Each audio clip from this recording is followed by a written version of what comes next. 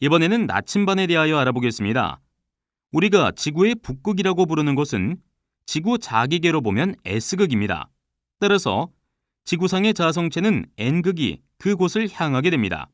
즉, 북극이라 함은 자성체의 N극이 향하는 지점인 것입니다. 이러한 자성체의 성질을 이용한 것이 나침반입니다. 이 자기 나침반에 고대에 발명되어 현대까지 사용되고 있습니다. 나침반은 지구 자기를 이용하는 자기 나침반뿐 아니라 기술이 발전함에 회전체의 성질을 이용하는 자이로 나침반, GPS 위성 신호를 이용하는 GPS 나침반이 개발되어 사용되고 있습니다. 자이로 나침반은 항해나 항공 등 특수한 목적에 사용되고 있으며 GPS 나침반은 이제 모든 개인도 사용하는 보편적인 기술이 되었습니다. 오리엔티어링 나침반은 오리엔티어링이라는 스포츠에 적합하게 만들어진 나침반으로 산행이나 여행 시 가장 많이 사용되는 나침반입니다. 기존의 자기 나침반의 자침을 하우징 안에 넣고 기름을 채워서 내구성과 안정성을 높였으며 하우징을 회전할 수 있게 만들어서 방위각 측정이나 진행 방향 확인 등 독도를 편하게 할 수 있게 구조를 만든 나침반입니다. 여기에서도 이 오리엔티어링 나침반을 사용하여 독도를 하고 지형을 파악하게 될 것입니다. 우리가 사용하는 나침반은 자기 나침반입니다. 나침반의 지침은 천칭 형태로 균형을 유지하고 있기 때문에 사용 시 항상 수평을 유지해 주어야 합니다. 수평이 유지되지 않으면 자침의 회전이 방해받아 정확한 방향을 지시하지 못하게 됩니다. 따라서 사용 시에는 반드시 수평을 유지해 주어야 합니다. 자침은 지자기라는 약한 힘에 반응하여 방향을 알려줍니다. 지자기의 힘보다 큰 자석 물체의 근처에서는 정확성을 보장할 수 없게 됩니다. 하이킹 시 몸에서 떨어뜨려 사용하십시오. 자신도 인식하지 못하는 자성체를 몸에 지니고 다니는 경우가 있습니다. 나침반 자체는 매우 민감하여 작은 자석 물질에도 영향을 받습니다. 블루투스 스피커 같은 물건은 자성이 매우 강합니다. 등산용 칼 같은 경우도 자화되어 있는 경우가 있습니다. 철성분이 많은 바위 근처의 경우 나침반은 제대로 작동하지 못합니다.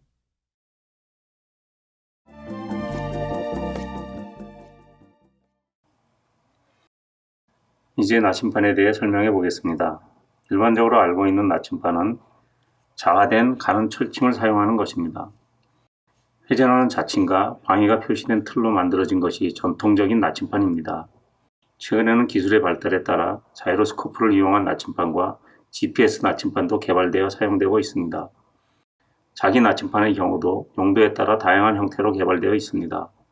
산행 시 주로 사용되는 나침반은 자기 나침반 중에서도 오리엔티어링 나침반이라고 불리는 나침반입니다.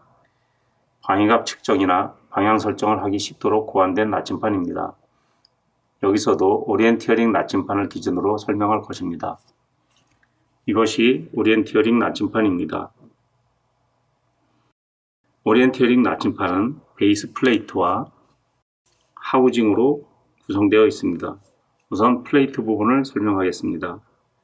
플레이트 부분은 나침반마다 다르게 구성되어 있지만 기능적으로는 비슷합니다. 옆면에는 주로 자가 새겨져 있습니다. 이 나침반의 경우 양옆면에 축척자, 앞면에는 센티미터 자가 있습니다. 이 부분은 1:5만 축적자입니다. 1:5만 지도에서 여기서 여기까지가 1km가 되는 것입니다. 이것은 1:25,000 축적자입니다. 1:25,000 지도에서 여기서 여기까지가 500m가 됩니다. 이 축적자를 이용하여 간단하게 거리를 추정할 수 있습니다. 그러나 그 거리는 도상거리이고 실거리는 경사도를 감안해야 합니다. 플레이트 중간에 그어져 있는 직선과 화살표는 나침반의 기능 요소 중에서 중요한 것입니다. 명칭은 진행선입니다. 사람마다 혹은 나침반 제조사마다 약간씩 다른 명칭을 붙이기도 하는데 여기서는 진행선으로 하겠습니다. 영어 명칭은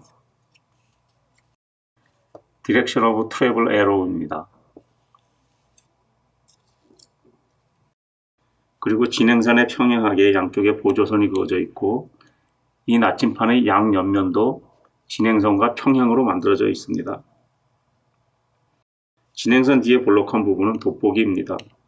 지도상의 작은 글씨를 확대해서 볼 수 있게 만들어져 있습니다. 그 다음은 하우징입니다. 회전하는 다이얼과 다이얼 눈금, 그리고 하우징 화살표, 그게 다시 안에 눈금과 숫자판이 있습니다.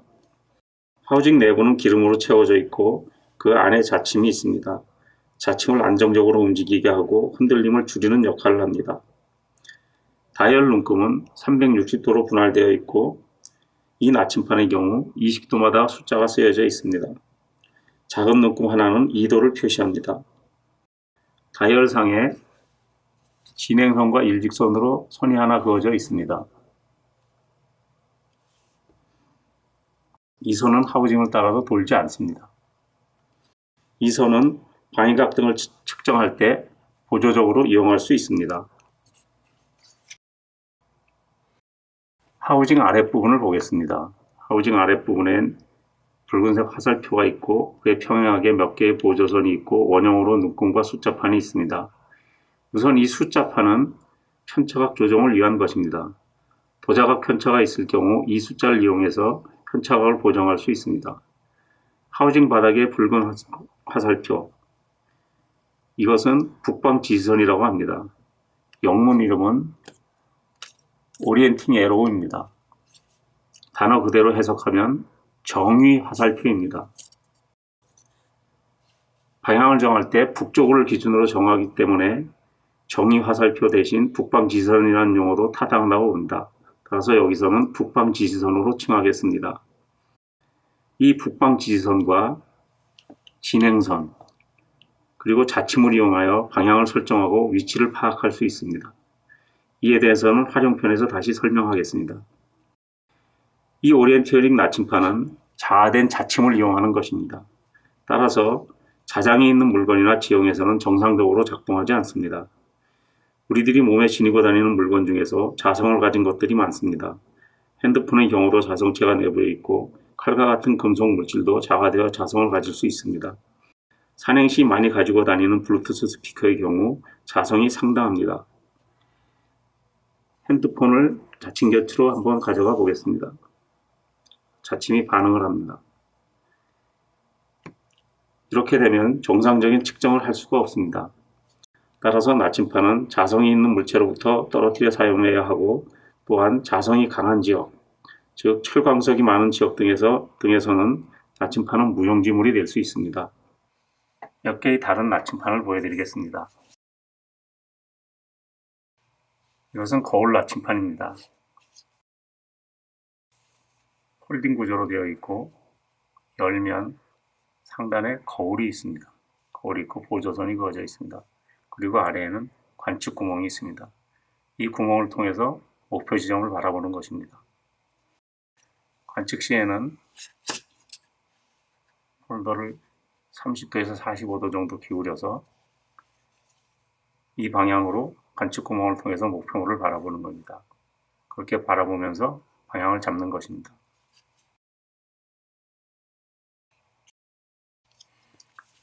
이 나침판은 시계줄에 끼워서 쓸 수 있는 나침판입니다. 옆면을 보면 크릭 형태로 되어 있습니다. 시계줄에 끼워서 쓸 수 있는 나침판이고 사이즈는 작지만 오리엔티어링 나침판의 구조를 다 가지고 있습니다. 이 부분이 고정된 진행선을 나타내는 부분이고 다이얼이 있고 눈금이 있고 안에 자침과 방향이 잡혀 있습니다. 그리고 오리엔티어링 나침판과 마찬가지로 하우징이 돌아가게 되어 있습니다. 이 나침판은 방향을 잡은 나침판을 주머니에 넣었다 뺐다 하면서 보지 않고 시계줄에 끼워서 바로 방향을 확인하고 빨리 진행할 수 있게끔 하기 위해서 만들어진 나침판입니다. 그리고 이 나침판은 이 나침판과 동일합니다. 다만 사이즈 빗면의 길이가 좀 짧습니다. 나머지는 기능적으로 동일합니다. 그런데 나침판과 지도를 같이 사용할 시에는 빗면이 긴 나침판이 보다 사용하기 편리합니다. 직선을 그을 때도 그렇고 지도상에서 어떤 방향을 잡을 때도 뒷면이 긴 나침판이 사용에 더 편리합니다. 이상으로 나침판에 대해서 설명하였습니다.